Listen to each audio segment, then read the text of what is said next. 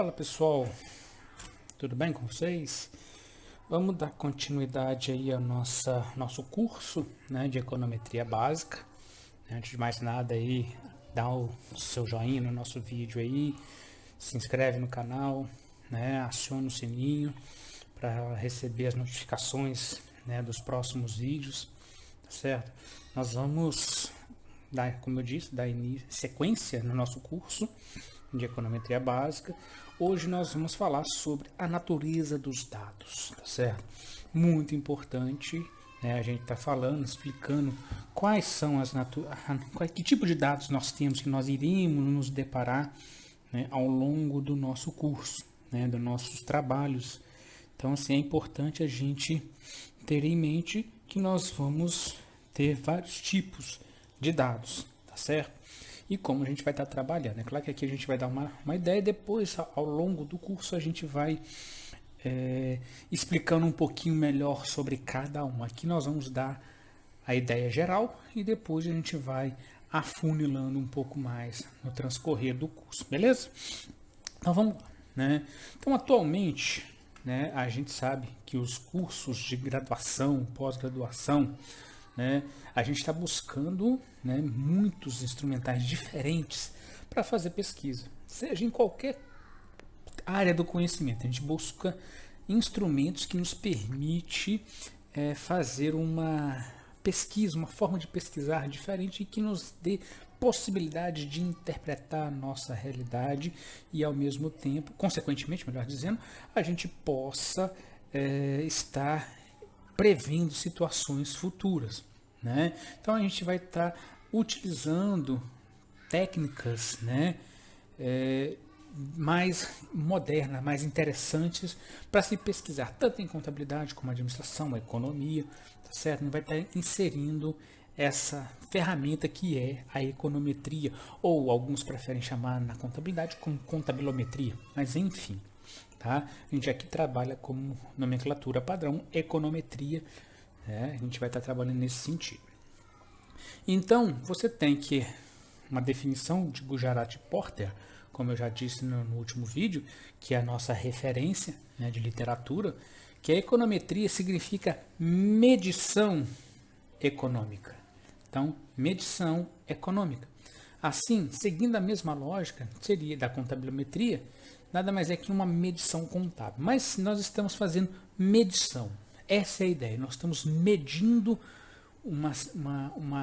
como uma variável é afetada por uma outra variável ou por um outro conjunto de variáveis, né? Então, no entanto, algumas perguntas podem vir à cabeça do estudante, do pesquisador que está começando a estudar essa disciplina de econometria, né? Por exemplo, qual é a importância dessa disciplina na minha vida acadêmica? Essa é a primeira pergunta. Qual é a importância? Né? Para que eu tenho que estudar econometria? Né? E a resposta é bastante simples.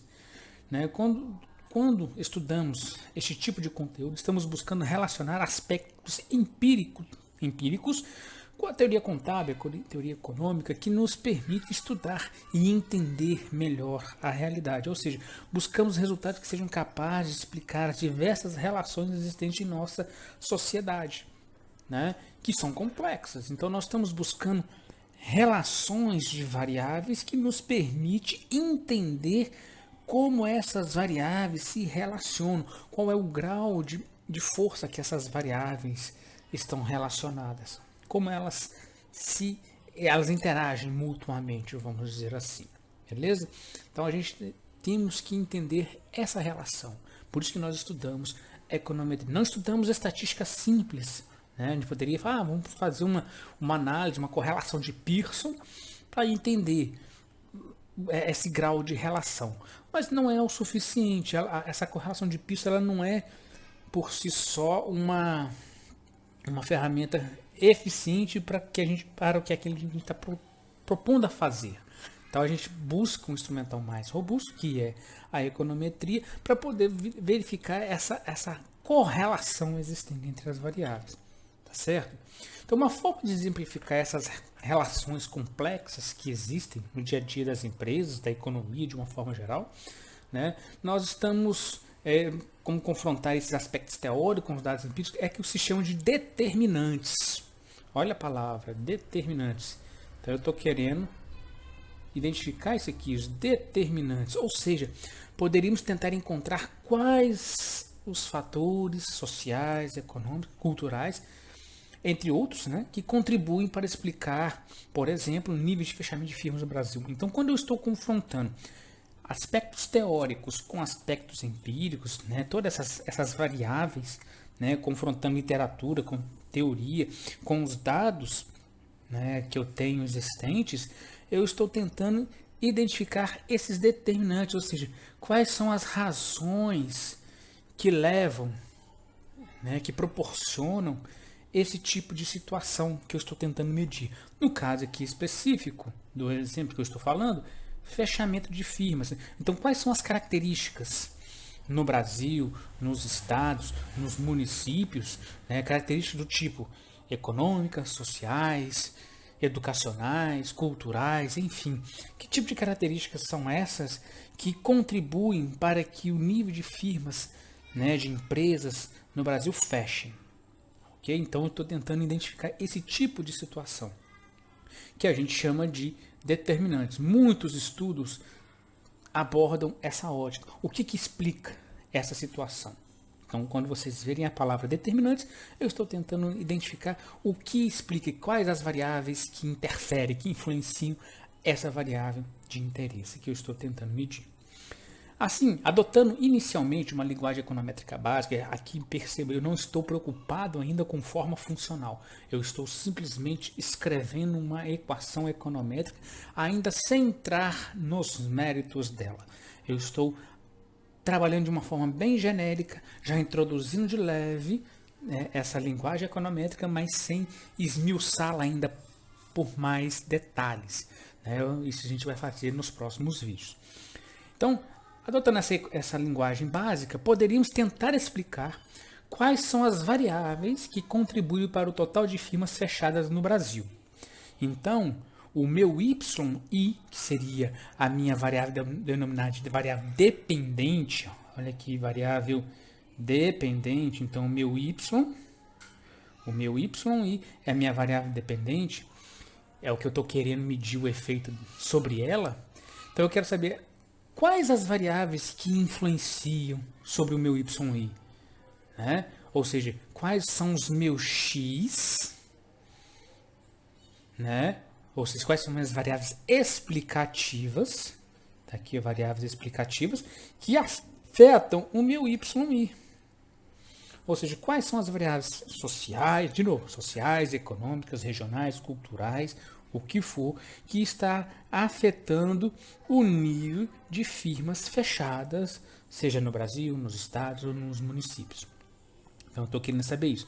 Logo, eu estou escrevendo a primeira equação econométrica do nosso curso.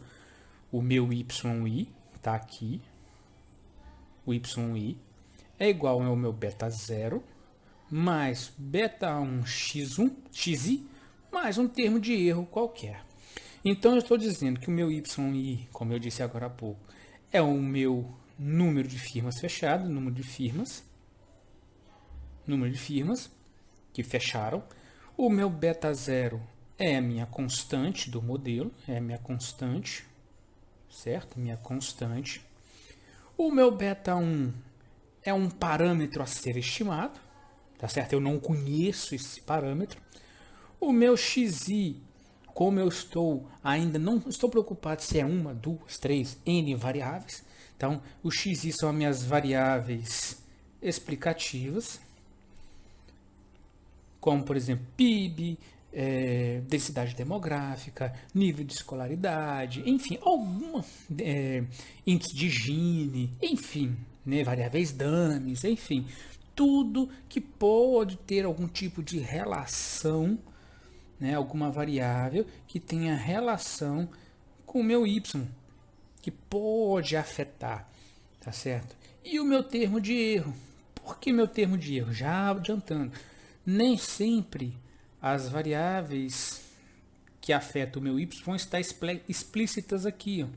Nem sempre elas vão estar explícitas, né? Por causa, às vezes não vamos encontrar dados, né? Os dados vão estar faltantes, enfim, existirão algumas limitações que impedirão que o meu xi contemple todas as variáveis que afetam o meu y. Então, essas variáveis que não vão estar explícitas aqui no xi, automaticamente elas vão estar no termo de erro. Tá? É o que nós precisamos saber por enquanto.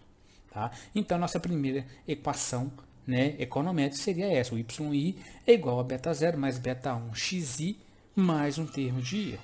Beleza? Seria dessa forma que a gente estaria escrevendo um modelo econométrico. Portanto, a partir dessa especificação, né, essa especificação, vamos colocar ela aqui, ó, yi é igual a beta 0 mais beta 1 xi mais um termo de erro.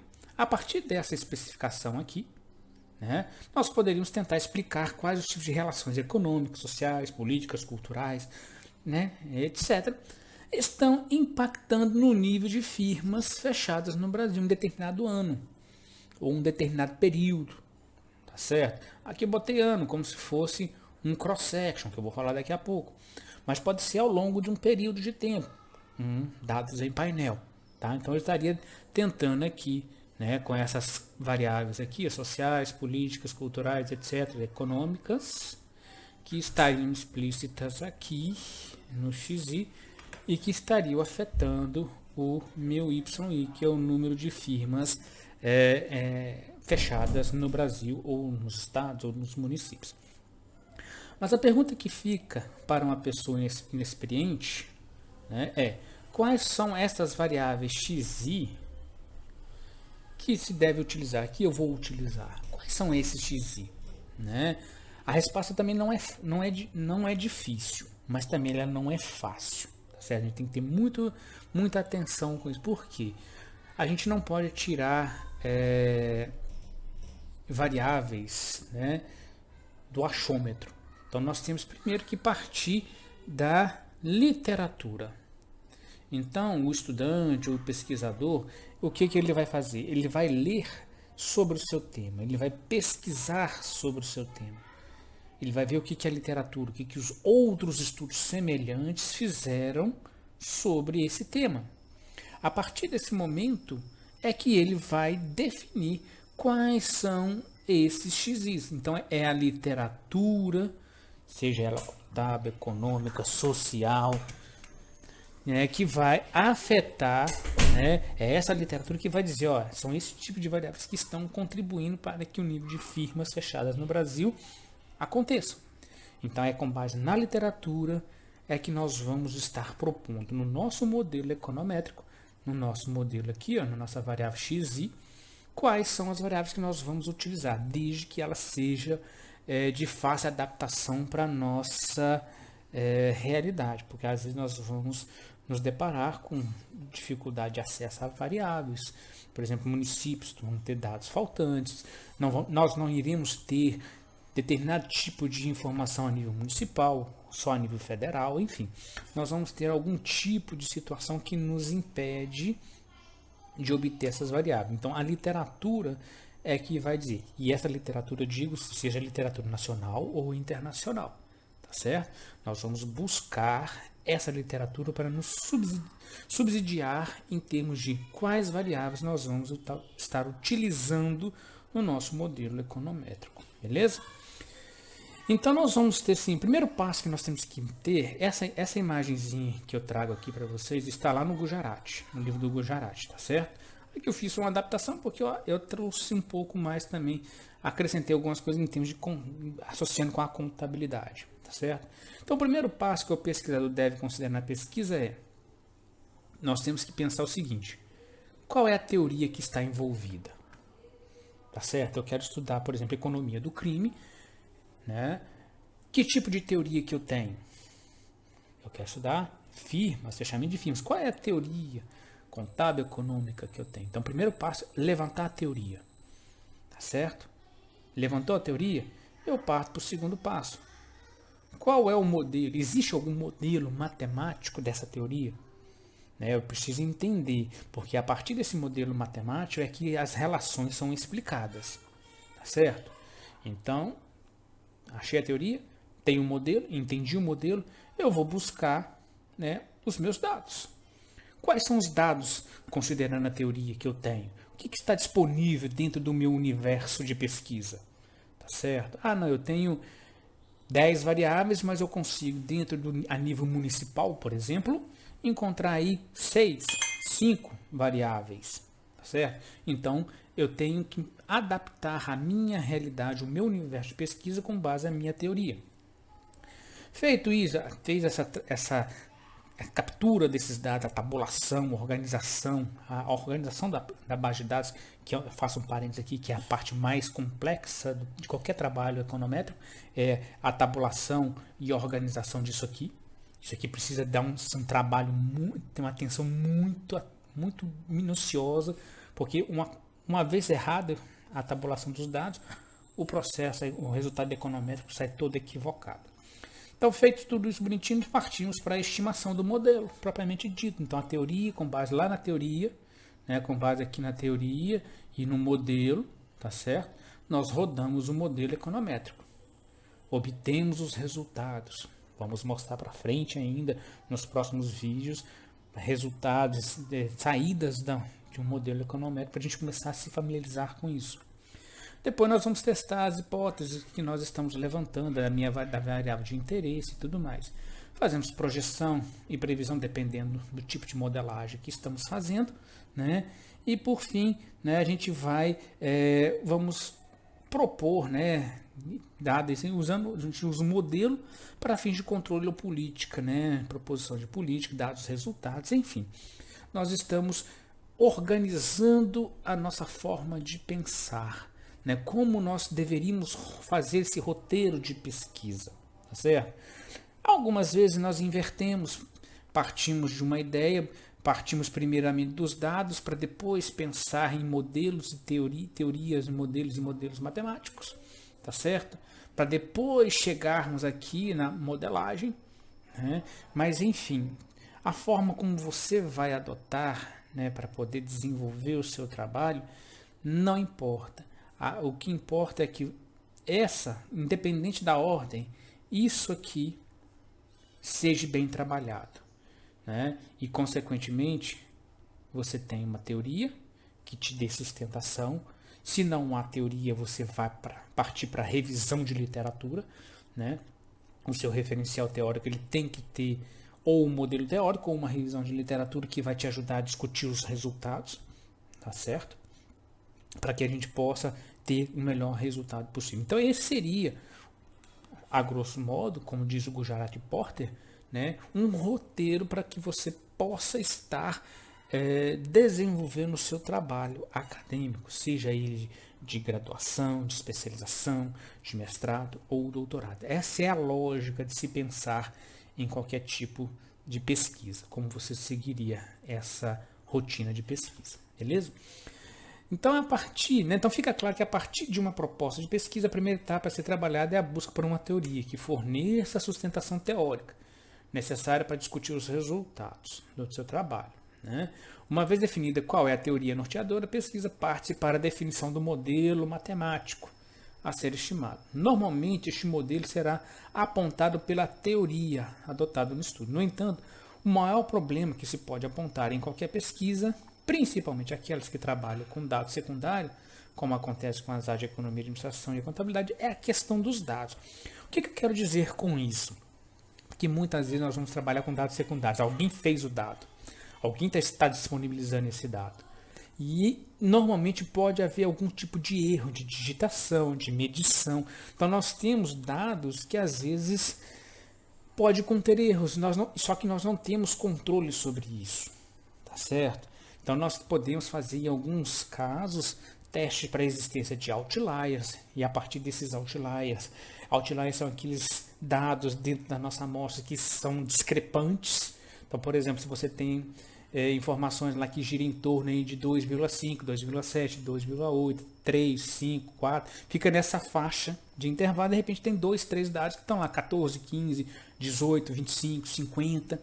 Então isso pode caracterizar outlier. Então, fazendo algum teste de outlier, você pode excluir esses pontos que fogem a sua normalidade dos dados, porque eles podem enviesar o seu resultado. Mas enfim, então a questão dos dados, que a gente pode dizer, é que nós não teríamos sempre controle sobre eles. Isso é muito importante. Então, a coleta de dados, como eu disse agora há pouco, ela é a parte mais exaustiva. Por quê? Porque ela demanda atenção. Né? Você vai ter que fazer ajustes. Se você vai trabalhar a nível de municípios, por exemplo, Minas Gerais tem 858 municípios. Ah, eu vou trabalhar a nível de Brasil, tem mais de 5.000 municípios. Então, você trabalhar uma base de dados, seja com 858, seja com 5.000, você vai se deparar com municípios que não têm dados, tá certo? Aí você vai optar ou por fazer uma interpolação, ou você vai optar por excluir. Se você excluir uma determinada variável, né, você vai excluir ela de todos os municípios. Ah, não, eu quero excluir, só tem o município, por exemplo, de Governador Valadares que não tem essa variável. Então você vai ter que excluir o Governador Valadares de toda a sua amostra, de todos os seus anos. Estou trabalhando com 10 anos, você vai excluir o município de Governador Valadares, por exemplo, dos 10 anos da sua amostra, porque ele não tem essa variável. Então você vai fazer esse trabalho de filtragem, de ajuste da sua base de dados. Porque senão você vai ter Valadares, por exemplo, no nosso exemplo aqui, faltando dados em 2005 e 2008, mas você vai rodar um modelo. Não vai ficar legal. Então você tem que excluir todos os municípios que faltam dados de toda a sua base de dados. Então por isso que a gente chama a fase de coleta e tabulação de dados a mais exaustiva.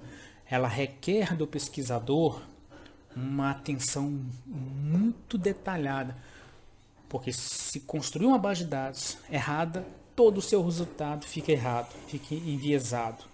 Construir certinho, o seu resultado tem coerência, certo? Então preste atenção nesses detalhes. Então, superada essa etapa, o pesquisador passará à fase de estimação do modelo definido, e é neste ponto que os dados coletados podem apresentar problemas. A teoria pode dizer que o sinal do coeficiente deve ser negativo, no entanto, o pesquisador se defronta com o inverso. Isso é positivo. Será que os dados foram elaborados corretamente? Neste caso, não temos controle sobre a confecção deles. Será que digitamos valores equivocados? Pode-se rever toda a base de dados. Enfim, algumas perguntas podem ser feitas. Em alguns casos, podemos tentar contornar uma determinada situação, em outros, isso não será possível.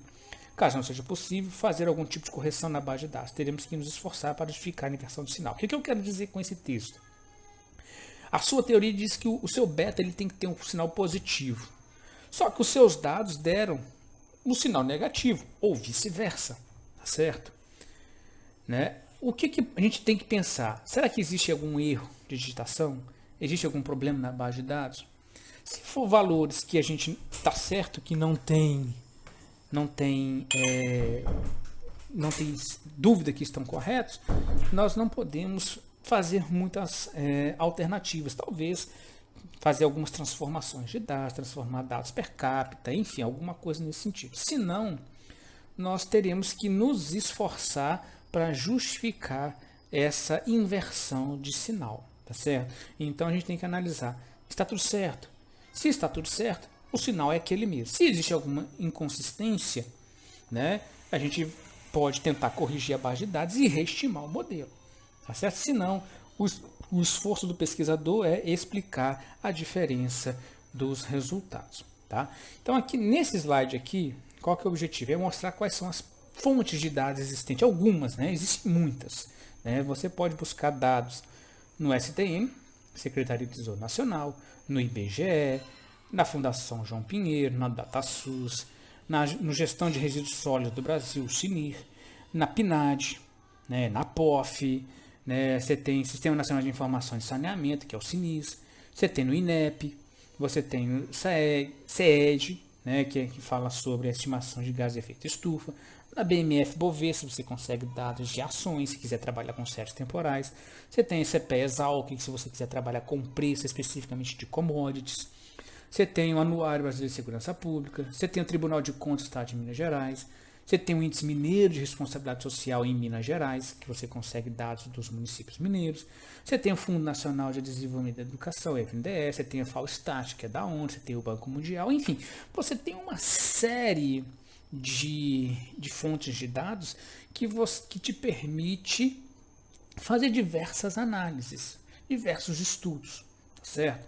Então, assim, a ideia aqui é mostrar que você pode coletar todo tipo de dados. Só que existe alguns dados no Brasil, né, que às vezes a gente não consegue achar. Né? Dada a sua especificidade, a sua característica, às vezes a gente não consegue achar dentro do site do IBGE ou de outros sites, né, a nível federal. Então, quando isso não acontece, quando isso acontece, melhor dizendo, o que eu posso sugerir para vocês? Vocês acessem o portal do governo federal, que fala sobre acesso à informação, certo? E lá você pode solicitar ao órgão específico, né, a informação. Por exemplo, você quer saber o número de porte de armas de fogo emitido no Brasil. Você não acha isso especificamente no site da Polícia Federal, nem do Exército. Então, o que você tem que fazer? Entra no acesso à informação, direciona o seu pedido para a Polícia Federal e a Polícia Federal vai te emitir, aí depende do que você quiser, o número de porte de armas expedido por estado, por ano, por município, enfim, você de acordo com a sua demanda, você encaminha para o órgão específico e ele vai te fornecer essa informação. Ou ele te fornece a informação direta, ou ele te passa o link especificamente para você acessar o ponto onde você precisa encontrar dentro do site deles. Beleza? Então é isso, pessoal. Nesse vídeo aqui é só para mostrar para vocês essas informações básicas. Espero aí que vocês tenham gostado. Dê o seu joinha aí no final. No próximo vídeo a gente vai estar dando continuidade ao que nós estamos propondo. Acesse aí nossos vídeos, compartilha, né, se inscreve, ativa o sininho de notificação para vocês ficarem ligados nos próximos vídeos que nós vamos estar disponibilizando para vocês, tá certo? Abraço a todos.